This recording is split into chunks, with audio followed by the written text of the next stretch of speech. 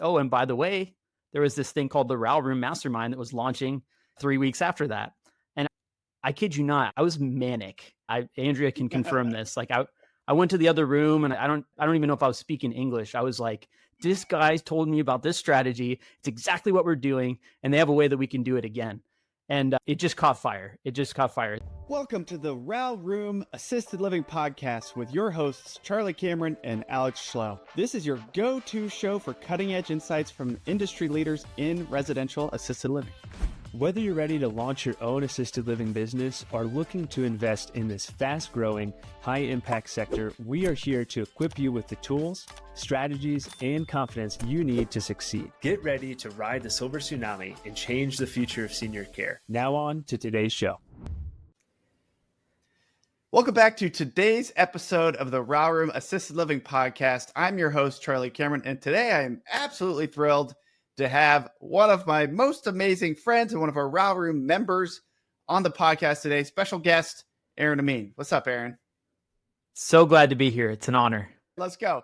Guys, this is going to be a different format today. Normally, we have folks who've operated homes and we go through their struggles and solutions for you guys, which I think is always super valuable. But this is a different one because what we're going to get into is Aaron and Andrea's backstory. We're going to talk about how they got into the Raw Room, how that helped them figure out what path of the many different paths in assisted living they chose to go down, the partnership that they chose to do, that what that project looks like now, which is super exciting. They're making lots of progress, how we ended up partnering together on it, and then just an overview of the opportunity itself. With that, Aaron, take it away, man. I do want to hit your backstory before even real estate because I think it's so interesting. Rewind it back. Tell us what you were doing before you got into real estate and how you made that transition. Yeah, for sure. I know Charlie likes this part about my story, so I'll start even before the real estate investing began. I worked my first 10 years of my professional career in the concerts industry. So I was a booker, meaning I negotiated the deal terms and set up all the budgets for concerts, everything from club level shows all the way up to the arenas and even stadiums. And that was a fun chapter of my life. Too much fun, actually. I worked 5 days a week in the office, and I would go to shows 3 or 4 nights a week. For a while, I was living in Las Vegas for the bulk of that time, and I was going to sometimes 3 or 4 shows in a single night. And I had enough fun for a lifetime, we'll put it that way. And basically what I realized working that much for not that much money was that my upside was really capped, and the amount of time and energy that I had to put into a career like that took everything out of me. And I came to the conclusion that there was not a reciprocal return on that effort. And that kind of woke me up to the idea of there has to be some other way to capture and retain my own upside in life. Long story short, I had as much fun as I possibly could. And I found my way into an inpatient rehab program in 2019 for alcohol abuse because I had run myself ragged, built all sorts of bad habits. And part of that turnaround was I asked some really tough questions about what I wanted my life to look like. You know, did I really want to work that hard just for the hopes that one day I might move into a job that would be even more stressful for the potential to make more money? Or did I want to explore or at least diversify into some different ways of building wealth and happiness? And so that's where real estate entered. My wife, Andrea, and I, we bought our first rental property in 2019, not so coincidentally, about 2 months after my rehab stint. So I took all that crazy misdirected energy that I was pouring into my bad habits, and I channeled it towards something more productive. We knew we wanted to have a family. We knew we wanted a different path than the one we were walking. And so it was really a symbolic gesture of how can we invest in something where we really do capture and own that upside. So we bought, fast forwarding a bit, the entertainment industry evaporated overnight on March 14th, 2020, when COVID basically shut down not only the country, but the world. One of my last duties in the concerts industry was to go and cancel all the shows, call all the venues and refund all the ticket sales and pretty much shut everything down. And then my position was furloughed. So at that time, we had actually already bought 4 properties. And overnight, we had to basically figure out what's the future going to look like. I ended up getting a different job in a different career path. I now work in management consulting, which I've done for almost the last 5 years.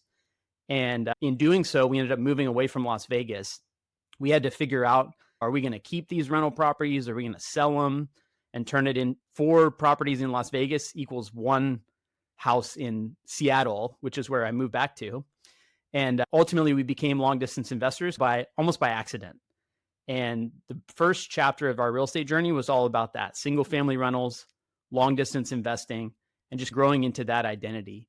But I'll pause in a second. But the important part of the Las Vegas chapter was that the second and third properties we ever bought were actually already leased to assisted living operators. It was just a pure stroke of luck that the agent we were working with, he called us with those deals. They were on these 5-year leases, paying significantly above market rent. The operator was already in place. They were well established, and it was about the best deal we could ever ask for. So we got our first exposure to residential assisted living through those rentals. But it wasn't until a bit later that we really caught on to it as a permanent strategy, which is where we are now. I'll pause there for a minute. God, man, I do love your backstory. Who doesn't love like a comeback story? And I think yours is so cool because you had a realization before things got too out of hand, and life just schwacked you in the face, and you took that and you turned it into rentals and a new career. And now I won't spoil the project that you're working on now, but man, like the world is your oyster now, and the turnaround has been just absolutely amazing. So I love to hear that. I also want to point something out. Like you said, just stroke of luck, quote unquote, that these assisted living lease to operator, is what we've come to call it, deals fell into your lap. And I think that's not a stroke of luck. And here's why: because you had decided to take action and to take a different path, and you'd already started getting rentals and you made moves. You bought a rental before that. So that agent knew you were serious, saw what you wanted to do, understood your vision because you relayed it to them. And when they saw the deals, they brought those opportunities to you. So really you positioned yourself at the right time and the right place and taking the right amount of action to be able to get those opportunities. So I think it's not luck. I think it was fate in a way, driven by action. No, I appreciate that. And I'm going to double down on that a little bit, because when we first bought the very first rental property, it was an experiment, right? It was me taking all this energy and resentment that I had built up. And you said that life schwacked me in the face. I think I schwacked myself in the face, right? Like I was self-sabotaging and turning to the wrong direction to try and solve my problems, right? And the first rental was really just about taking life back into our own hands. But like you said, he took action, built relationships with the agent, and learned what we could learn, and set the tone that, hey, we are serious and we are trying to build something for our future. And it's exactly what you just said. He sent me an email that I have framed. I've written about this quite a bit, and I've told this story many times. But he sent an email that basically said, these 2 deals came across my desk. I know you and Andrea are trying to build something for your future, and you guys were the perfect candidate for this deal. And so he brought it to us off market. Nobody else even got a look at it. And I do really believe and prescribe to what you're saying, that we did set the tone by taking action. And I'm very grateful. To this day, that I view that as one of the biggest turning point moments in our life, because instead of this owning one rental on the side while we work full time, all of a sudden, that was only about 4 months after we bought our first rental. All of a sudden, we catapulted into this new identity where we own 3 rental properties, 2 of which were these basically businesses. And so it really forced a lot of change and growth in our life in a short period of time. And the consequence of that happening is still playing out. It's still manifesting in what's going on today. Yeah, man, I love that. Okay, so got a couple rentals. Now you're out of state and you're still buying in Vegas. So what happened next? How did you decide that, wait a minute, this assisted living thing, maybe there's more to this and there's the business side too? Yeah, there's about 5 years in between the last story I told and where we are right now. So at first, we just kept building upon the baseline knowledge of rental properties. We wanted to become good landlords. We honestly didn't think too much of the whole lease to operator thing because we thought it was a fluke. Somebody brought us that deal. We didn't know how we could replicate something like that. We were just grateful that we had those 2. And then we kept building your standard single family rental portfolio. Life also, one of my strong opinions now is that life is not a linear journey in most cases. I was not expecting that we would have to move away from Las Vegas when we did. We started having children very quickly after we got there. We now have 3 kids, age 3 and under. And through that, like, our life circumstances changed too. So we actually it was 8 single family rentals across 3 states in about 3 years. And that was all leading up to the time when we were having children. So we got as good of a skill set, and we took our own money as far as we could take it. But at some point we ran out, right? Our expense profile changed dramatically. We went from dual income, no kids in a low cost of living market to living in Washington State, which is one of the more expensive places in the country. And we had one kid at the time and two on the way. So we had to more or less refactor our entire lives. We ended up relocating down to Houston area, and we had this new equation to balance. Not only did we have to solve for the lifestyle that we wanted and putting ourselves in a place where we could picture raising our children, but we had to be able to afford it. And I'm in multiple different mastermind groups. I had been exploring like what are the different strategies that could help solve that financial problem. And another kind of divine intervention moment was when I heard Dr. Alex Schlow on a podcast, the Action Academy podcast, which is the mastermind that he and I are both in. And he was talking about this strategy, this lease to operator. I had never even heard of it called that, but I was like, he's describing the two houses that we already own. And he goes on to explain not only what the strategy is, but how he went about finding deals, how he's done this multiple times. Oh, and by the way, there was this thing called the Raw Room Mastermind that was launching 3 weeks after that. And I kid you not, I was manic. Andrea can confirm this. Like I went to the other room, and I don't even know if I was speaking English. I was like, this guy's told me about this strategy. It's exactly what we're doing. And they have a way that we can do it again. And it just caught fire. It started answering all these questions. I was not lit up by the idea of doing storage or multifamily or mobile home parks. I recognized the upside potential in those, but they did not resonate with me in the same way that when I heard that episode, it really just started to click. And then Andrea got on board too, right? And she's heard me participate in enough of these groups and come with all sorts of ideas. And she's always supported the ideas and what they could unlock. But this one actually clicked with her. It resonated with her background. Her father had early onset dementia, diagnosed when she was 19, passed when she was 26. He was in a big, smelly facility, nursing home, understaffed, overworked. People were really unhappy. She was always not sad when she was visiting him and then ashamed when she would leave. It was just a horrific experience. And so when we started talking about this residential assisted living as a business, it really unlocked something in her where she felt like she wishes she could have provided better for her own family, but now she found a way to give back. So it met the intersection of everything we were looking for. It solved the financial problem. It provided an opportunity to give back and make an impact in society. And then, of course, the more we learned from you guys about the overwhelming supply-demand gap and what's coming, it just became too obvious not to pursue, and we haven't looked back since. Man, I love that. And you mentioned something, you have 3 under 3, so you're not busy at all. And with the full-time job, and you have your own podcast, and now all the things you're getting involved, plus all your rentals. But for Andrea to get on board, for your spouse to get on board with something, that you're so passionate about, how does that make you feel? It's the greatest thing ever. There's challenges working directly with your spouse.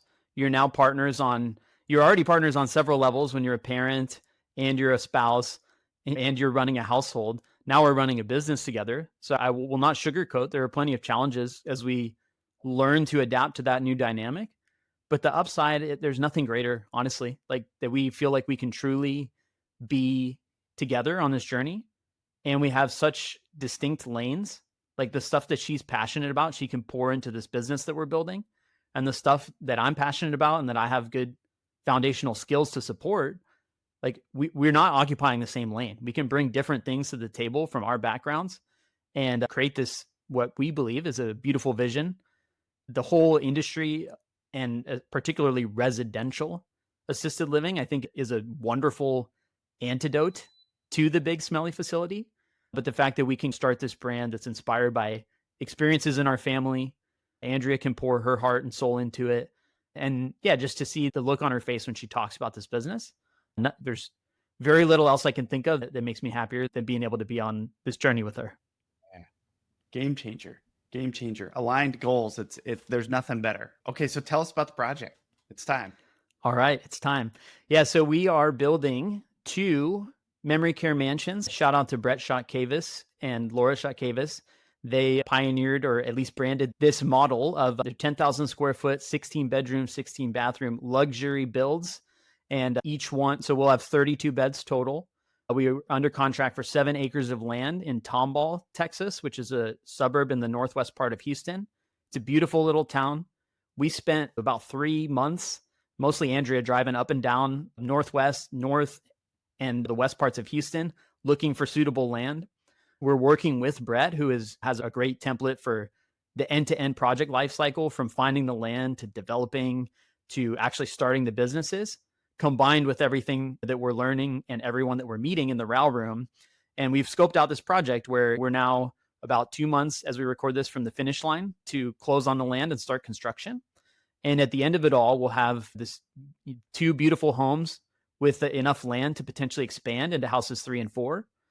We are raising about $2.8 million in investor capital and funding the rest through an SBA loan. The SBA loan is an incredible tool where in many ways it's government subsidized. So banks are willing to take on and lend on projects that they might not otherwise be able to. But we're bringing investors along for the ride. We've crafted what we believe is a very investor-friendly structure. So it's a really incredible feeling coming from single-family real estate, and which we really enjoyed. And it created a lot of financial upside for us. It created inhabitable and good environments for our tenants. But now we feel like the impact of these efforts is going to not only serve the residents first and foremost, but we're able to bring investors in and create returns and kind of abundance for everyone involved. And there's no feeling quite like it.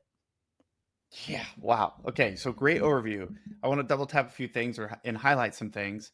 I will say, yeah. So Brett, he was on the podcast. You guys can go back and listen to that episode. He talks all about that model, and he talks about how the cash flow on those homes, if everything's done anywhere from $30,000 to $40,000 a month, which is wild. At the same time, you're serving 16 families, 16 residents in a boutique, fantastic environment, a totally opposite of a skilled nursing facility. Yet you can provide that sort of care on a more part-time basis in addition to assisted living. And so you're like checking all the boxes. You've got a cooler thing, a thing that cash flows really well. And that's one home. Aaron's building 2 from the get-go. So total project cost, what's that look like? Yeah, so right now it's hovering around $9.4 million. And that's including the construction, the purchase of the land, developing the land, bringing in utilities, paving, all that stuff, building everything, luxury build, luxury finishes, purpose built specifically with memory care in mind. So every minutia, no detail is too small.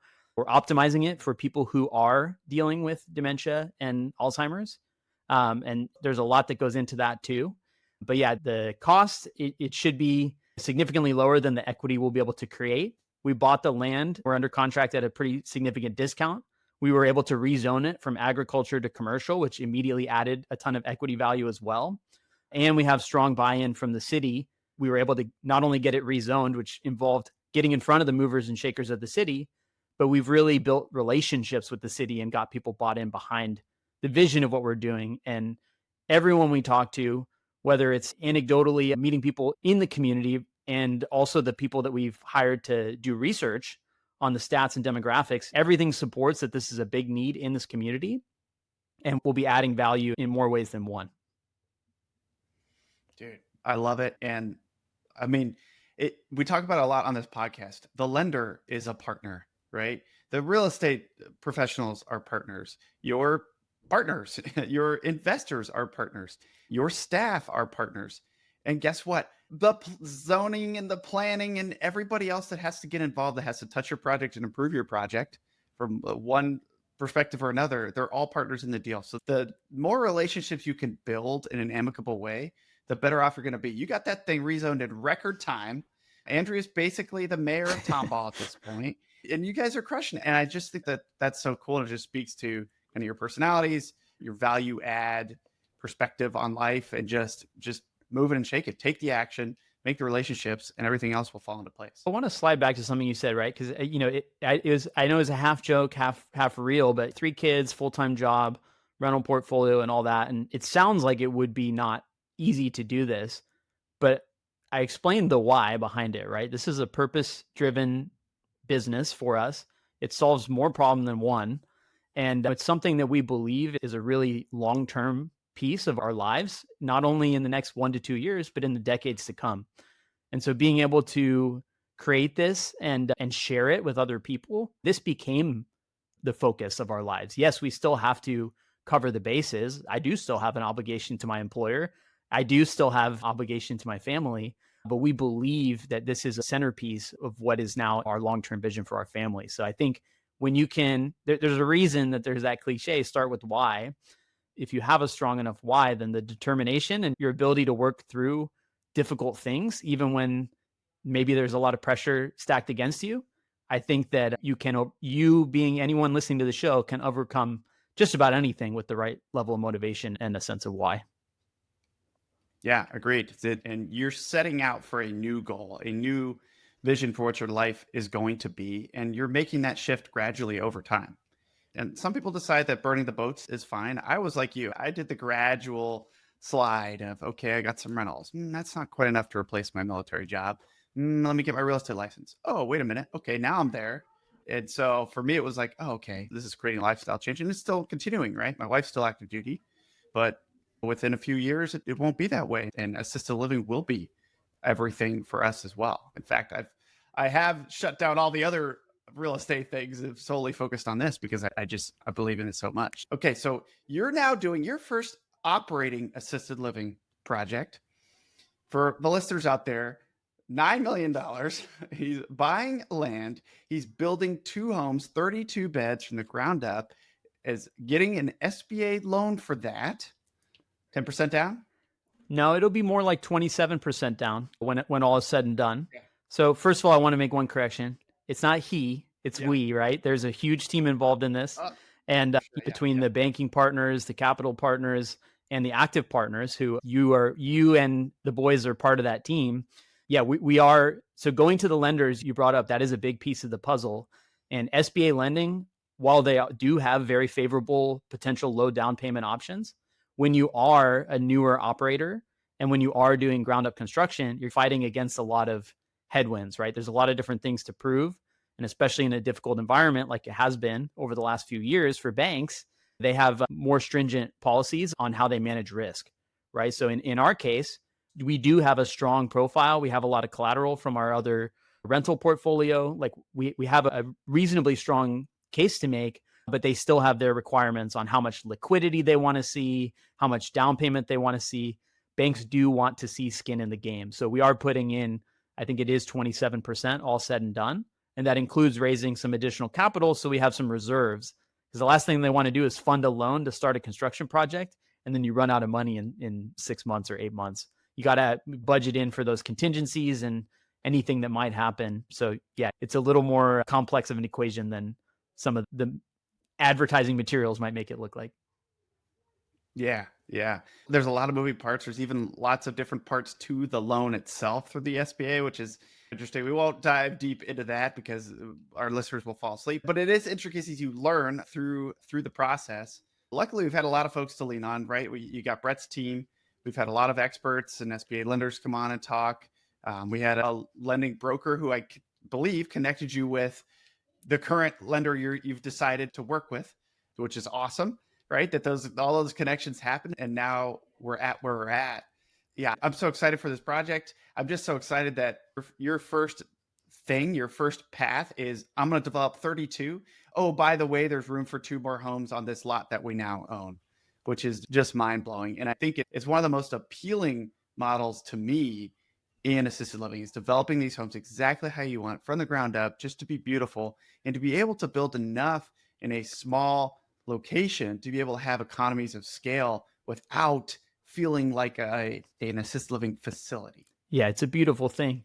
I want to underscore something you said though, right? Is that first of all, we have been under contract for 4.5 months. We've been working on this specific project under Brett's tutelage and with the support of the Raw Room for almost 10 months, right? So this didn't happen overnight. All the stuff I'm rattling off about this vision and the very specific details, like it took a lot of work to get even to this point.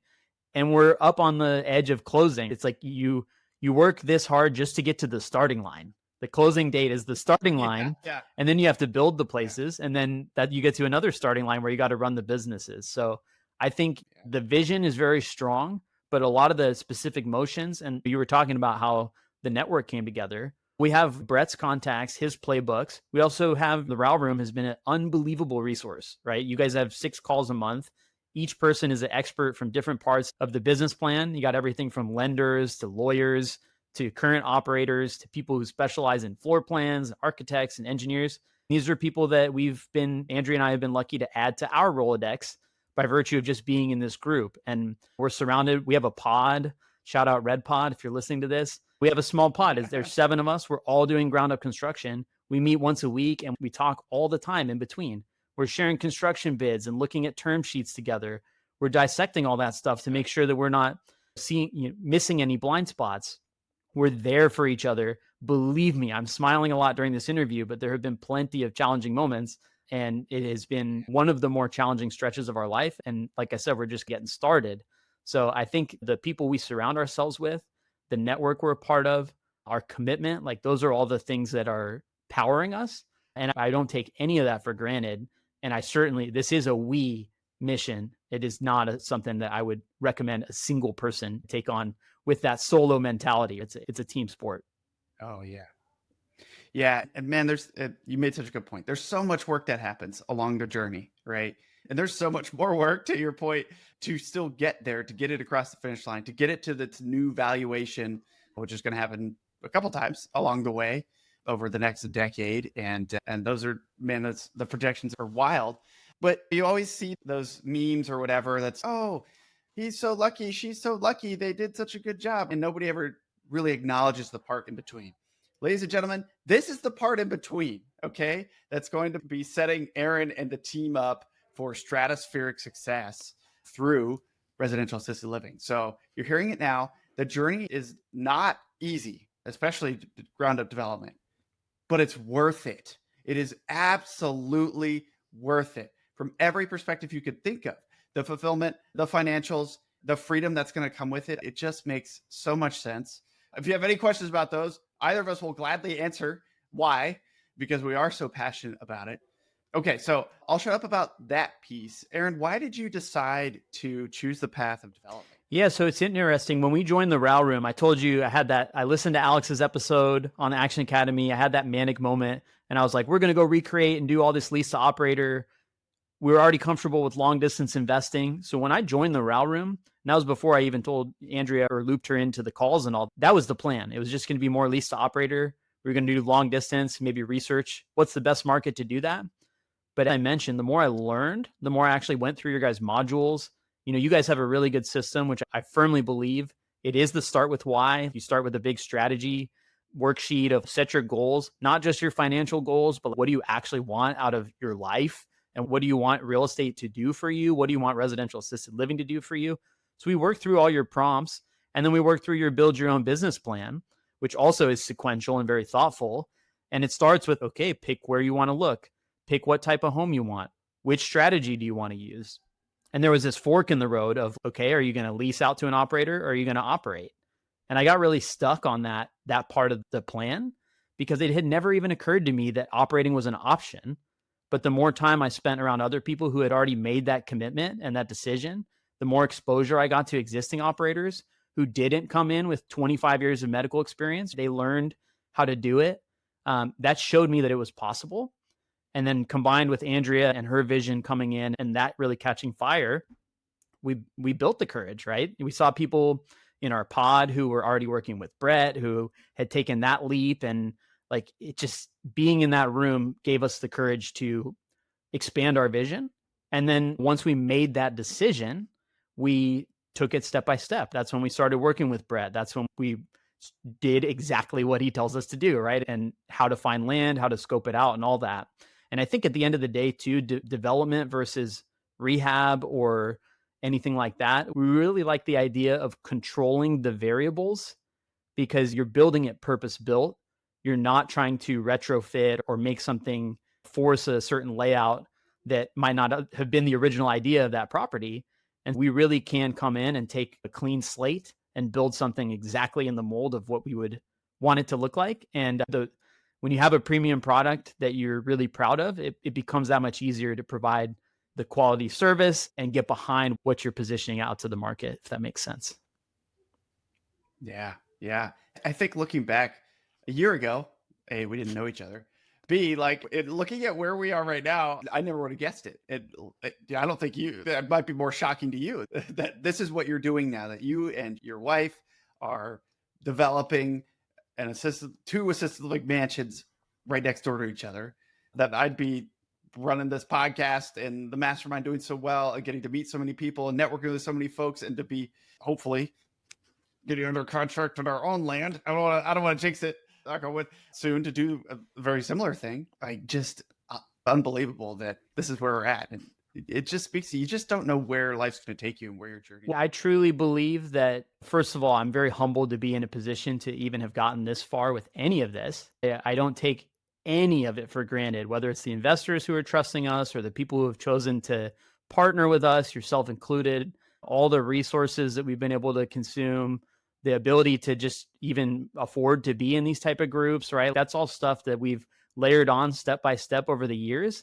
And I really do take a lot of time to appreciate that, how that progress incrementally developed over time. And I also think that sometimes when I heard that episode and when I had my weird little, whatever you want to call that, I knew right then and there that this was the right fit. Again, as somebody who had been exploring all these other asset classes, I knew I loved real estate. I knew I wanted to sink my teeth into it. I knew I wanted to grow and evolve and expand, but I hadn't found that right fit. When I heard that episode, it became very abundantly clear to me that this is the right place to focus my energy. Then I went through all those steps we talked about, used all your guys' resources, did what people that are smarter than me said I should do. And that's how I got here, not by some stroke of genius out of my own, right? Not reinventing the wheel, but just modeling after people who are doing things that I really admire and appreciate, and actually listening to what they have to say. Yeah. Yeah. You have to learn the hard way before you start actually paying attention and just modeling after people who are smarter and listening to them and following them.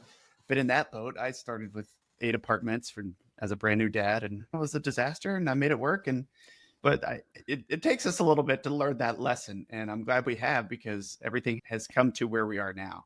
And it's not by luck, right? It's by action, and by all the things we did in the past led us to this exact point where we're now partnering on this deal. So we were lucky enough to be invited by Aaron to be a part of this opportunity to help put this deal together, to help raise money for the deal.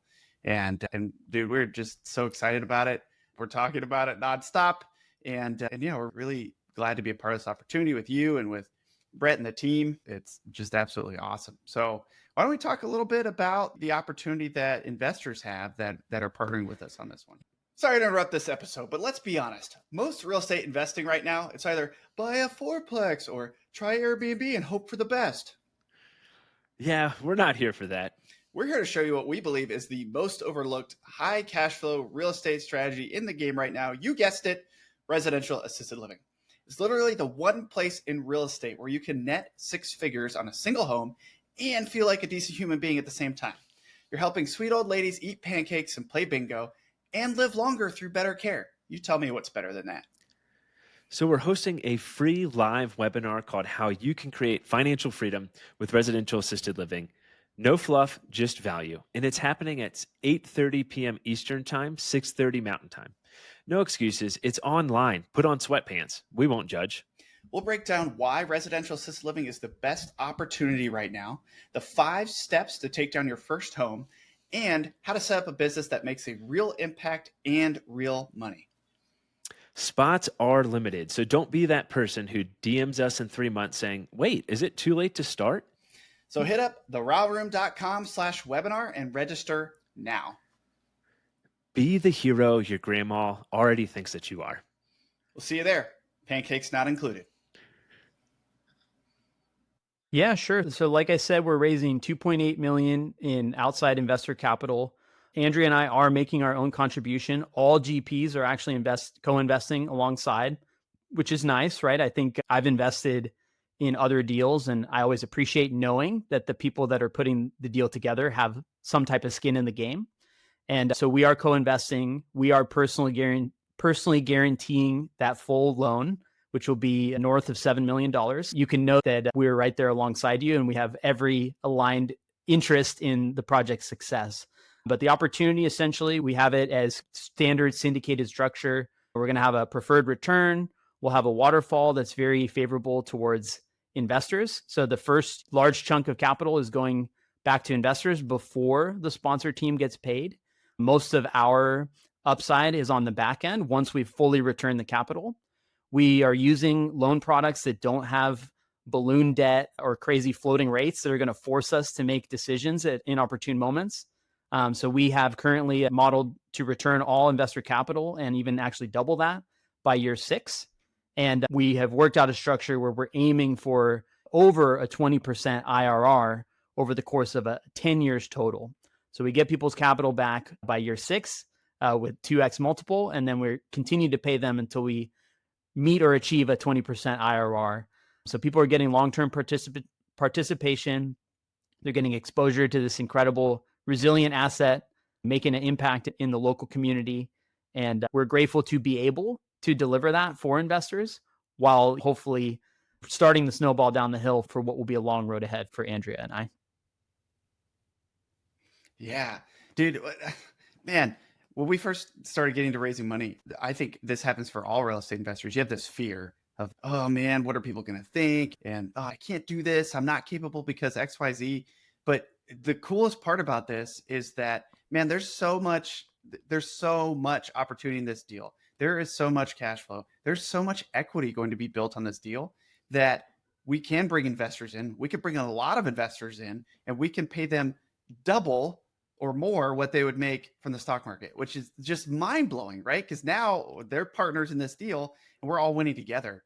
So just to kind of rehash some of these numbers here, the goal is an over 20% IRR. So basically a 20% return on your money over time. And because it's a development, it's going to take a couple years before it really cash flows to investors. And the way that, and I think it's so creative, Aaron, the way you approach this in a typical syndication model where you bring investors to a deal, a lot of times it's not a development. And so what'll happen is, yeah, you probably won't get cash flow in year 1 as they're repositioning the property, and you'll get some cash flow in year 2, and then it'll pick back up. It'll pick up quite a bit. And then somewhere between 5 to 7 years, there'll be a refinance or a sale event. And all the investors will get their money back, usually, hopefully close to a double, right? So if you invested $100,000, hopefully you're getting about $200,000 by that point, and you leave the deal. And what you decided to do was keep investors in after that event, which is really cool. So what's happening is, yes, there might be a little bit less cash flow in the first 2 years compared to a reposition syndication, but the cash flow picks up really well after that.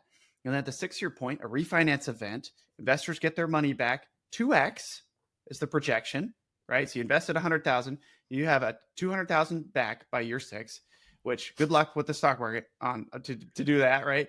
You'd have to get real lucky. And then you've gotten your money back. So if you think about it, it's technically like an infinite return because now your money's back in your pocket and we're leaving the investors in the deal and splitting the returns 50-50 for 4 more years. We're just going to pay investors that don't have any money left in the deal for 4 more years. So if you're listening to this and you're like, what on earth are they talking about?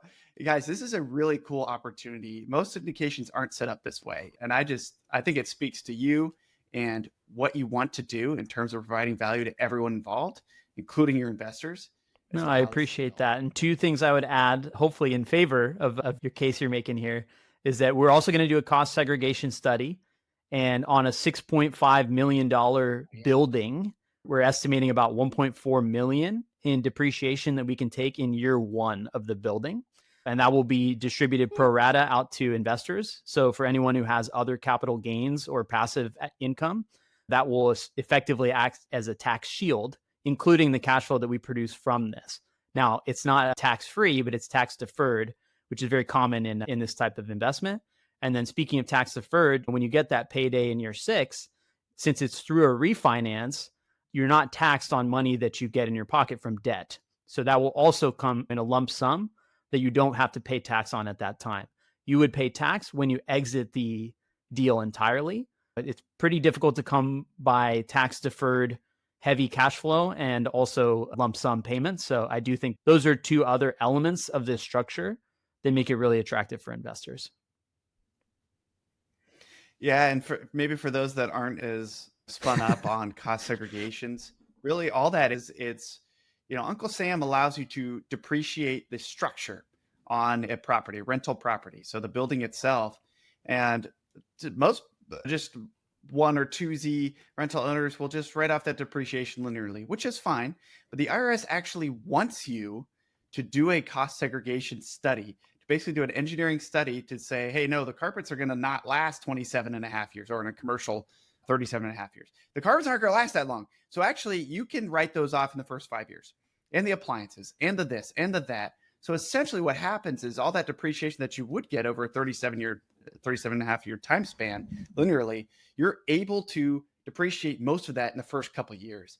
And so what's actually going to happen in that case when you do this is you will get cash flow in cash flowing years, but on the books, you're going to have losses because of those depreciations, which is really cool. I know this has been a big help for me when I've done this on properties from a tax perspective. And so for folks who are looking for a passive investment opportunity that pays a 20% IRR, so looking at more than double the historical S&P 500 performance in a real asset class that is serving real seniors and their families, that is employing caregivers, that is making an impact on the community, and that you're going to be able to write losses off of while making money, this is a really good opportunity. Man, I knew we partnered with you guys for a reason.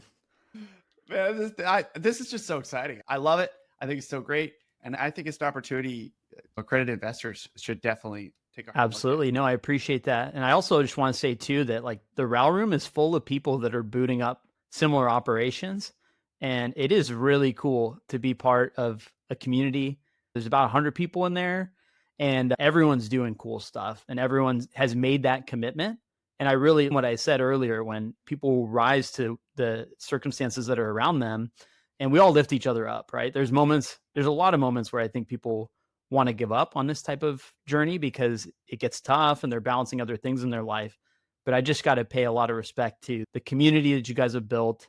I mean it when I say meeting you guys and learning about this and leaning into it has totally changed the trajectory of our lives, and it's created the opportunity that we've described on this episode. And we're eternally grateful for the role that you guys have played in that. Dude, yeah.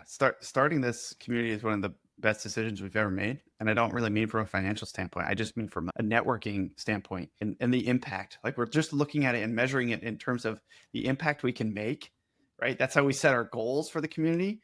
We want to open 100 homes within 3 years. We might just do that. I think we have to be nearly 20 people are now under contract, have opened a home, are offering on land to develop, or are in the process of developing at this point. It's wild. We started with like 40 members originally, and we're not even a year. Like, it's wild. So I think we can do 100 homes in 3 years. I think it's totally possible, and maybe we could just blow it out of the water sooner than later. So yeah, it's so exciting, so cool. I love just the culture is amazing. Everybody's taking action. Everybody's value first, help each other. How do we win? We had a bunch of newbies on the Q&A call last night, and they're all like, yeah, I'm evaluating deals. Oh, yeah, I'm making offers. I'm like, whoa, slow down. What do you mean? Just absolutely blowing it out of the water. Yeah, it's awesome. I love it. And I hope some of the listeners to this episode might consider joining as well if you're thinking about getting into assisted living. Very good decision. Never looking back. Yeah, seriously. That happened with my first mastermind that I joined. I'm never leaving. And now starting a mastermind, of course. It's just been an awesome journey. So I'm glad we were able to model it after the one that we were never going to leave. Shout out to Dave Perret, War Room. Okay, Aaron, we have another webinar coming up on this deal. So if folks want to learn more about this deal, let's give them the Yeah, absolutely. So we are going to share all about this deal down to the details and retrace everything, what it would look like to invest. You'll get to meet the team, including Brett, all the Raw Room guys, and our broader team too. And that'll be on Monday, June 30th at 6 p.m. Central. We'll make sure to include the registration link with this episode. And if you miss that, don't worry, because we'll have a recording. And if you get in touch with Charlie or myself or any of the Raw Room guys, we'll make sure you get all that information. And we'll have a few week window where accredited investors will be able to jump on if they're interested. We do already have a significant amount of capital banked, and we're hoping that once we open it up to a broader group, it'll go quickly, but would love to have anybody who's interested in getting on board, learn about the deal. One other last thing I'll say is that one of the benefits, when I've invested in deals in the past, part of what I've been looking for is exposure to how operators think and what they're going through, how they make decisions. Andrea, myself, and the whole team, we're very transparent and plan to share the whole journey, not just the highlights once a quarter, really bring investors along for the ride into the decision making, the good, the bad. And so people who are considering getting into this, that just want some exposure to that business model and what the journey might look like, this could be a good opportunity for that as well. Aaron, I'm so glad you said that. It's such an overlooked advantage to being involved in one of these opportunities. And that's why I got involved in a syndication, 5 years ago, is I just want to learn by being a part of it.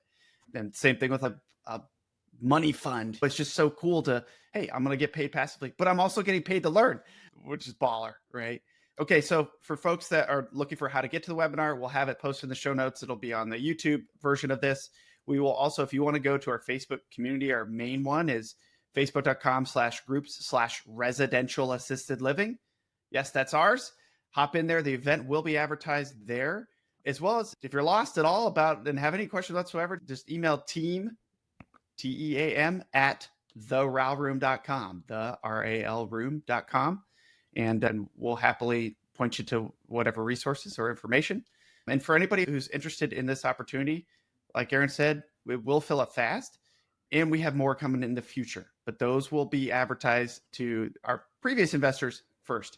So we have more of these coming. This one is absolutely beautiful.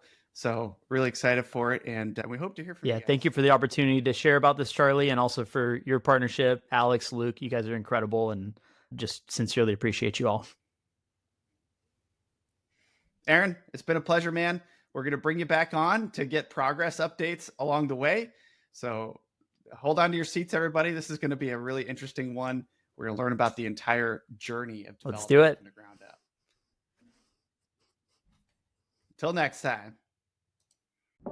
Thank you for tuning in to the Raw Room Assisted Living Podcast. We hope you found today's episode insightful. If you enjoyed it, make sure to leave us a raving 5-star review. And a quick review helps more listeners find the show and more seniors get the exceptional care they deserve.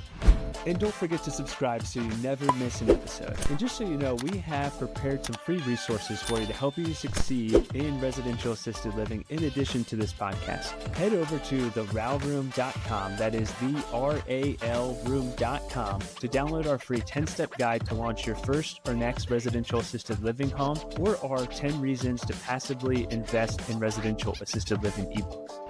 And if you're ready to take the next step and make real moves in the RAL industry, join us in the Raw Room Mastermind. It is an exclusive community where we deep dive into everything you need to launch and grow your own residential assisted living business. You'll get access to recorded courses, live calls with industry experts, a RAL calculator, resources and tools, like-minded entrepreneurs, funding opportunities, and an expert networking community to help you along your journey. Be sure to join us next time on the Raw Room Podcast as we continue to explore the world of residential assisted living with more great guests. See you then.